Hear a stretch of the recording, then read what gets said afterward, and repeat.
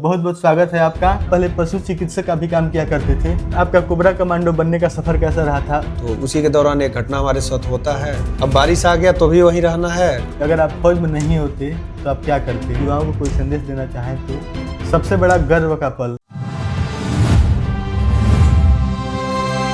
नमस्कार दोस्तों, आज हम अपने घर में, अपने देश में अपने आप को सुरक्षित महसूस कर पा रहे हैं, तो इसके पीछे बहुत कड़ी लगन और मेहनत है उन जवानों का जो हमारे देश के आंतरिक और बाहरी सुरक्षा बनाए रखते हैं।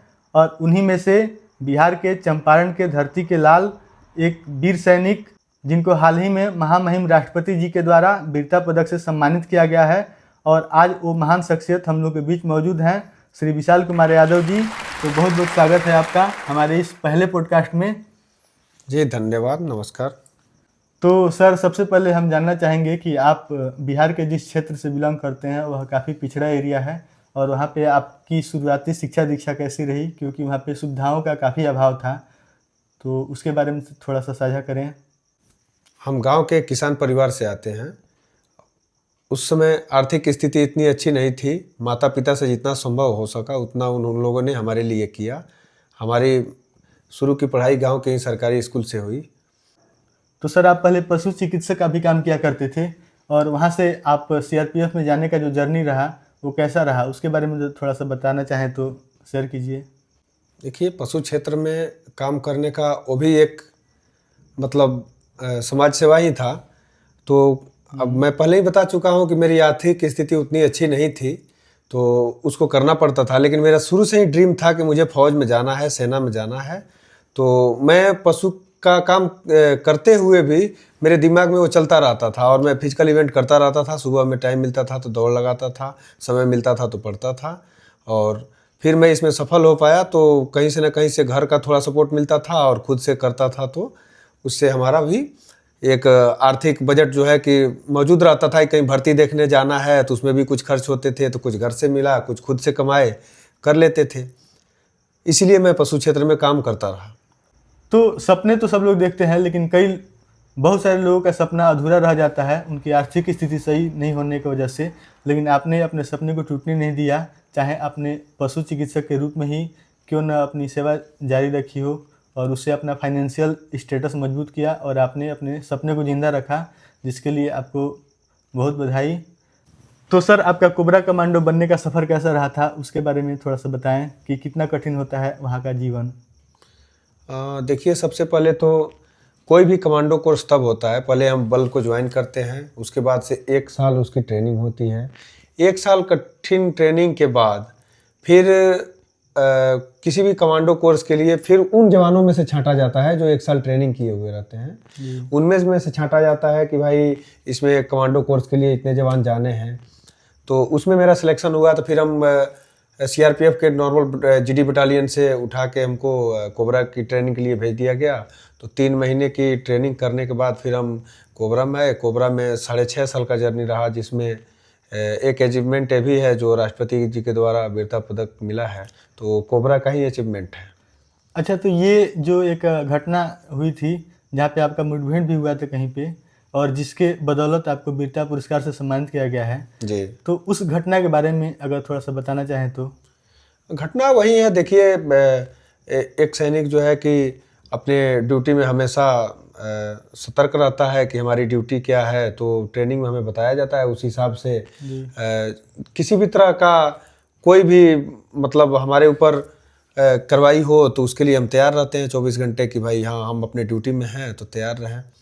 तो उसी के दौरान एक घटना हमारे साथ होता है जिसमें हम सुरक्षित निकल जाते हैं, जिसमें कुछ नक्सली मारे जाते हैं। वहीं से हमारी शुरू होती है इसका वीरता पदक की कहानी।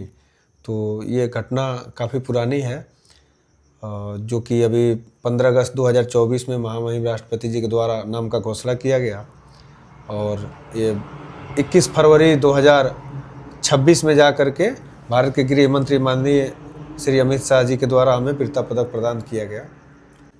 तो सुनने में आता है कि एक कमांडो जो होता है वो कई हजारों लोगों में से एक लोग का सिलेक्शन होता है। तो इसके पीछे क्या कहानी है, इसमें कितना सत्यता है, इसके बारे में थोड़ा सा बताइए। देखिए, भर्ती तो सब होते हैं, लेकिन कमांडो कोर्स के लिए उसका फिजिकल, मेंटली ये सब चेक किया जाता है, उसको मजबूत होना चाहिए। मतलब जो होते हैं हर सैनिक मजबूत होता है, ऐसा नहीं है कि कोई कमज़ोर है, सब कोई फिट होते हैं, मजबूत हाँ होते हाँ, हैं। वो तो होता ही लेकिन है। उसमें भी जो आउटस्टैंडिंग बेहतर मतलब जो कर सकता है, जो जाना चाहता है, उसकी इच्छाएं भी पूछी जाती है, उसमें जाने के बाद भी उसकी कठिन ट्रेनिंग के लिए गुजारा जाता है कि भाई आपको इस ये ट्रेनिंग करनी है। तो उसमें जब सक्षम होता है, फिर एक कमांडो की ट्रेनिंग इतनी आसान नहीं होती, कहना आसान है। तो उस समय मेहनत तो पड़ता है, लेकिन लगता है कि हम देश के लिए कुछ कर रहे हैं। तो मेहनत कोई मेहनत नहीं है कि जो देश के काम आए। हाँ, एक सैनिक भर्ती ही होता है देश के लिए। आप लोग अपना धर्म वहाँ पे निभाते हैं, देश के प्रति जो आपकी जिम्मेदारी है उसको निभाते हैं बखूबी, और इसके लिए सैल्यूट करते हैं आप जैसे जितने भी जवान हैं जो इस देश को आज सुरक्षित रखे हुए हैं। तो जब कभी आप किसी ऑपरेशन में आप लोग जब जाते हैं तो उस समय आपके मन में क्या चल रहा होता है कि वहाँ पे आपको कुछ पता नहीं होता है कि कौन दुश्मन है, कहाँ है, कुछ अता पता नहीं रहता है। तो उस समय आप लोग की जो मानसिक स्थिति होती है वो कैसी होती है, क्या चल रहा होता है आप लोग के जहन में? देखिए, हमें पता है कि हम जा रहे हैं तो किसी विशेष अभियान के लिए जा रहे हैं। तो हमें किसी चीज़ की पता नहीं होती है, ऐसी बात नहीं है। हमें वहाँ का ज़मीन, खबर, ये सब चीज़ें हम देख कर के चलते हैं कि हम जो जा रहे हैं यहाँ का ज़मीन कैसा है, मैप वगैरह के बारे में जानकारी, हमको टैक्टिकल मूवमेंट वगैरह सब सिखाए जाते हैं। उस हिसाब से हम अपने हिसाब से उस जंगल में सर्वाइव करते हैं, रहते हैं, जाते हैं।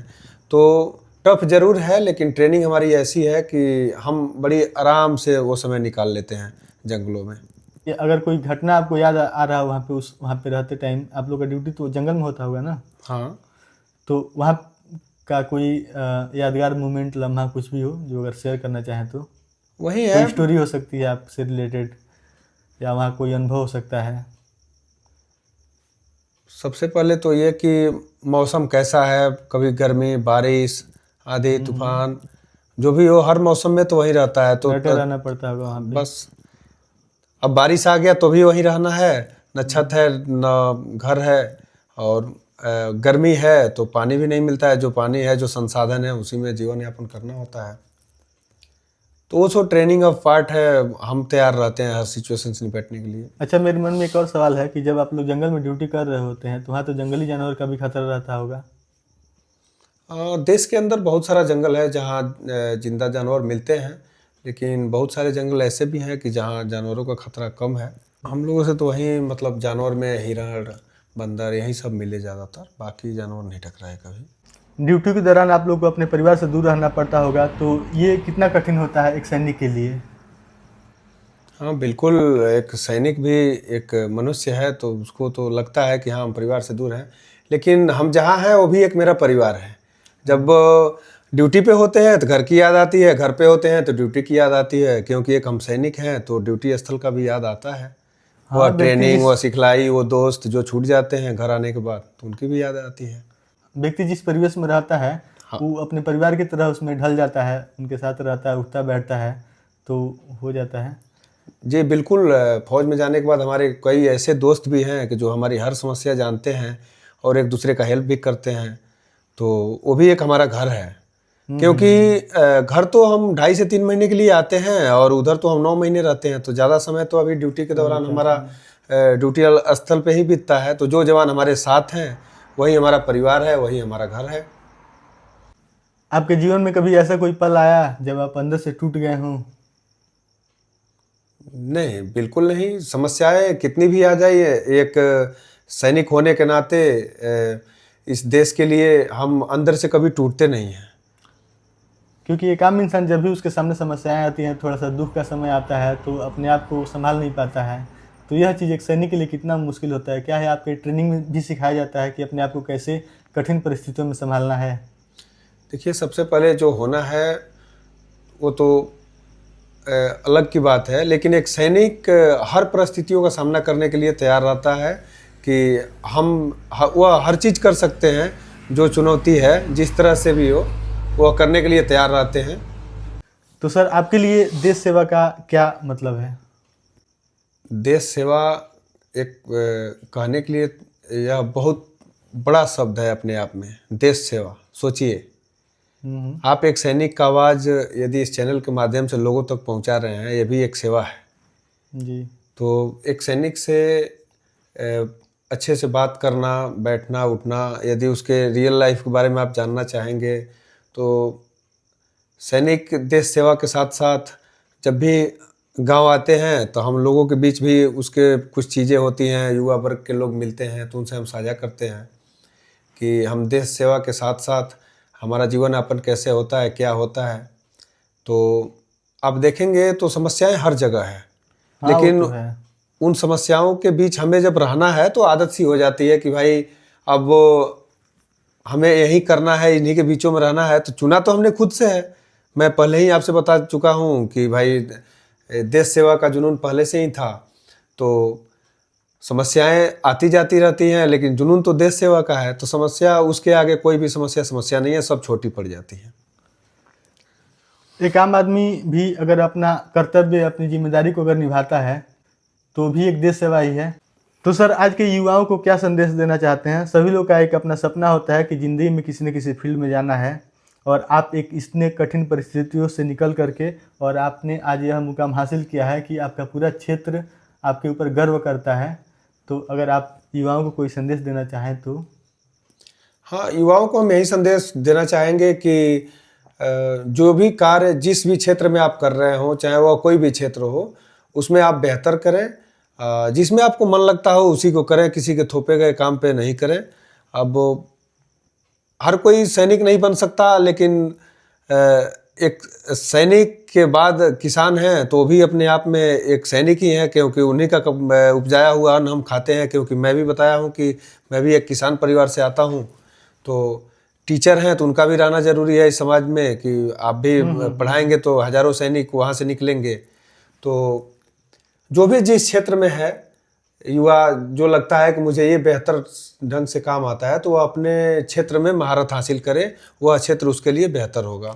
बिल्कुल, समाज में हर वर्ग के लोगों का ज़रूरत है। अगर एक सफाई करने वाले का ज़रूरत है तो एक इंजीनियर का भी ज़रूरत है, और एक देश चलाने वाले नेता का भी ज़रूरत है, और आपके जैसे सैनिक लोग का भी ज़रूरत है। तो अपना इंटरेस्ट सबको पता होता है, समझ में आ जाता है कि हमको किस चीज़ में इंटरेस्ट है। तो सभी लोग को अपना क्षेत्र, पहले अपना प्रतिभा को पहचानना चाहिए, और उस क्षेत्र में जो भी वो लोग बेहतर कर सकते हैं उसके लिए प्रयासरत रहना चाहिए। हम एक सैनिक होने के नाते देश के युवाओं को यही संदेश देना चाहेंगे कि हम जिस भी क्षेत्र में हो, देश के प्रति वफादार रहें, क्योंकि यह देश सबसे पहले है। देश है तो हम हैं, किसान है, जवान है, नौजवान है, जो भी हैं, इसके लिए चाहे हम जिस भी क्षेत्र में हो अपने देश के प्रति वफादार रहें। तो इतना कड़ी मेहनत करके आप लोग को अपना ड्यूटी निभाना पड़ता है देश के लिए। तो आपके जीवन में अच्छा या बुरा समय तो आता ही होगा। तो आपके लाइफ का सबसे बड़ा टर्निंग पॉइंट क्या रहा? हमारे जीवन का सबसे टर्निंग पॉइंट ये रहा कि मैं चाहता था कि मैं एक देश का सैनिक बनूं। तो वेटनरी करते हुए जब मेरा रिजल्ट आया तो मुझे बहुत खुशी हुई, और वहाँ से मैं एक सोल्जर बना। तो बड़ी खुशी के साथ मैं बल को ज्वाइन किया, और उसके बाद से टर्निंग पॉइंट मेरा वहाँ से आता है कि जब मैं कोबरा ज्वाइन किया, जब वीरता पदक से मुझे सम्मानित किया गया। इन सब को करते हुए आने के बाद जब मैं अपने यूपी बिहार बॉर्डर बांसी पहुंचा, तो वहाँ पे हमारे क्षेत्र के युवाओं ने कंधे पे उठा करके गाड़ी में बैठाया और फूल माला से मुझे पूरा भर दिया। तो वह ऐसा पल था कि जो मुझे जीवन में ना आज तक मिला था। आगे क्या होगा ये पता नहीं, लेकिन वह सबसे बड़ा टर्निंग पॉइंट मुझे लगा कि यह एक सैनिक के जीवन में यह दिन मतलब बहुत ही भावुक पल था। मैं सोच भी नहीं सकता था कि इतने युवा हमें चाहने वाले हैं एक सैनिक के प्रति, देश के प्रति। मतलब युवाओं का सोच इतना बेहतर है। तो हमें लगा कि हम जो ड्यूटी करते हैं वह इस मान सम्मान स्वागत के लिए हमारी ड्यूटी उतनी टफ नहीं है, अंदर से और मजबूती मिल गई है। हम इस देश की सेवा जो है कि जब तक जीते जी और मजबूती के साथ करें इसको।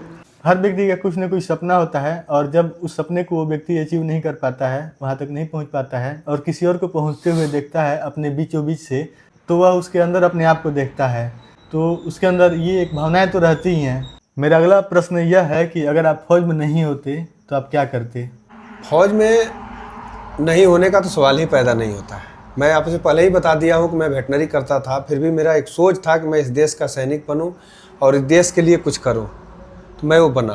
जब भी मन से यदि कोई भी संकल्प आदमी ठान ले तो वो कर ही जाता है, तो नहीं बनने का तो सवाल ही पैदा नहीं होता। जब से आपको वीरता पदक मिला है और आप अपने गांव वापस आए हैं, तो लोगों के व्यवहार में, क्षेत्र में आपको काफ़ी परिवर्तन दिखता होगा। लोग आपको स्पेशल फील करवाते होंगे। उसके बारे में अगर 2 शब्द बोलना चाहें, चाहे उन लोगों को संबोधित करना चाहें। आपको याद होगा 19 मार्च 2026 को जब मैं छुट्टी से पहली बार वापस आया, तो गांव के, क्षेत्र के, उत्तर प्रदेश और बिहार के युवाओं ने मुझे कंधे पे बिठा करके फूल माला से सजी हुई गाड़ी में जब बिठाया, लोगों का मैं भीड़ देखा तो मैं सोच ही नहीं पाया कि मतलब एक सैनिक के लिए इतना बड़ा, इतना भव्य स्वागत किया मेरे गांव के लोगों ने। गांव में मंच सजा था, वहाँ पे मेरी माँ पिताजी को बैठाए हुए थे। मैं जब गया तो मेरी माँ मुझे देख करके खुशी से रो रही थी। मैं जा कर के पूछा, माँ क्या हो गया तुम्हें? मैं तो ठीक हूँ, मैं एकदम सुरक्षित हूँ, कोई दिक्कत ही नहीं है। फिर बोल रही थी, आशीर्वाद दे रही थी कि आप जहाँ भी रहें अच्छे से रहें। तो मतलब लोगों को देख करके ऐसा लगा कि जो हम ड्यूटी कर रहे हैं वास्तव में कुछ अच्छा कर गए, तो बहुत बेहतर हुआ कि मतलब गांव में इतना बड़ा भव्य स्वागत अभी तक मैं अपने जीवन में इधर किसी सैनिक को होते हुए नहीं देखा। तो मुझे अंदर से बहुत ही मजबूती फील हुआ है कि जो हम कर रहे हैं वो बहुत ही अच्छा काम है, और ये भव्य स्वागत करके क्षेत्र के लोगों ने मेरे ऊपर और कर्जदार बना दिया है। मैं जो भी ड्यूटी कर रहा हूँ उसको और मजबूती के साथ करूँगा। यह आपकी उपलब्धि है और आपसे जुड़े हुए लोगों का, जो आपके अपने हैं, उन लोगों का प्यार है। और आप इस देश के लिए इतना कुछ कर रहे हैं, तो आपके लिए थोड़ा सा लोगों के मन में एक सॉफ्ट कॉर्नर तो होना ही चाहिए। और वहीं उस दिन अचानक से जब आपको देखे लोग, तो छलक करके बाहर आया, और उसमें हमको भी उपस्थित होने का सौभाग्य प्राप्त हुआ और हम भी इस नज़ारे को देख पाए। इसके लिए हम अपने आप को खुशनसीब समझते हैं। तो हमारा अगला सेगमेंट रहेगा रैपिड फायर। तो इसमें से सबसे पहला मेरा क्वेश्चन ये है कि आर्मी को एक शब्द में डिफाइन कीजिए। देश के लिए समर्पण। सबसे बड़ा गर्व का पल। सबसे बड़ा गर्व का पल जब राष्ट्रपति द्वारा वीरता पदक लेकर के हम वापस आए, तो यूपी बिहार के बॉर्डर से हमारे क्षेत्र के युवाओं ने जो कंधे पे बिठा करके हमें उस गाड़ी में बिठाया, तो मुझे उस समय वह सबसे गर्व का पल था कि जो इतने क्षेत्र के युवाओं, भाई बहन सब एक साथ मिल करके इतनी ज़्यादा संख्या में आए कि यूपी बिहार बॉर्डर को, उस रास्ते को बिल्कुल एकदम बंद हो गया था, इतनी भीड़ थी। वह मेरे लिए सबसे गर्व का पल था। पसंदीदा देशभक्ति गीत। संदेश से आते हैं। ये तो हर सैनिक का फेवरेट होता है। एक मैसेज व्यूअर्स को देना चाहें। व्यूअर्स के लिए हम यही कहना चाहेंगे कि अपने देश के प्रति ईमानदार रहें, वफादार रहें, समर्पित रहें, क्योंकि ये देश है तो हम हैं। मतलब यह देश सुरक्षित रहना चाहिए। आप अपने गांव के और क्षेत्र के लोगों को क्या कहना चाहेंगे? गांव और क्षेत्र के लोगों ने मुझे कर्जदार बना दिया है। इतना मान सम्मान एक सैनिक के जीवन में वीरता पदक प्राप्त करने के बाद जो मिला, वो मैं कभी जीवन में भूल नहीं सकता। गांव और क्षेत्र के लोगों को मैं बार बार धन्यवाद और प्रणाम करता हूं कि जो इतनी काफ़ी संख्या में आकर के और मेरा मान सम्मान नहीं किए, वो एक देश का मान सम्मान किए, और इसके लिए मैं सभी का आभार व्यक्त करता हूं। नमस्ते, प्रणाम करता हूं। तो आप सुन रहे थे विशाल कुमार यादव जी को, जिन्होंने इस क्षेत्र को, इस मिट्टी को, उसका कर्ज अदा किया और यहाँ के लोगों को गौरव फील कराया और इस देश को गौरवान्वित किया। तो आज यहाँ पर आपको आने के लिए बहुत बहुत धन्यवाद। जी सचिन शर्मा जी, आपको भी बहुत बहुत धन्यवाद कि आपने मुझे बुलाया। इसके लिए बहुत बहुत धन्यवाद।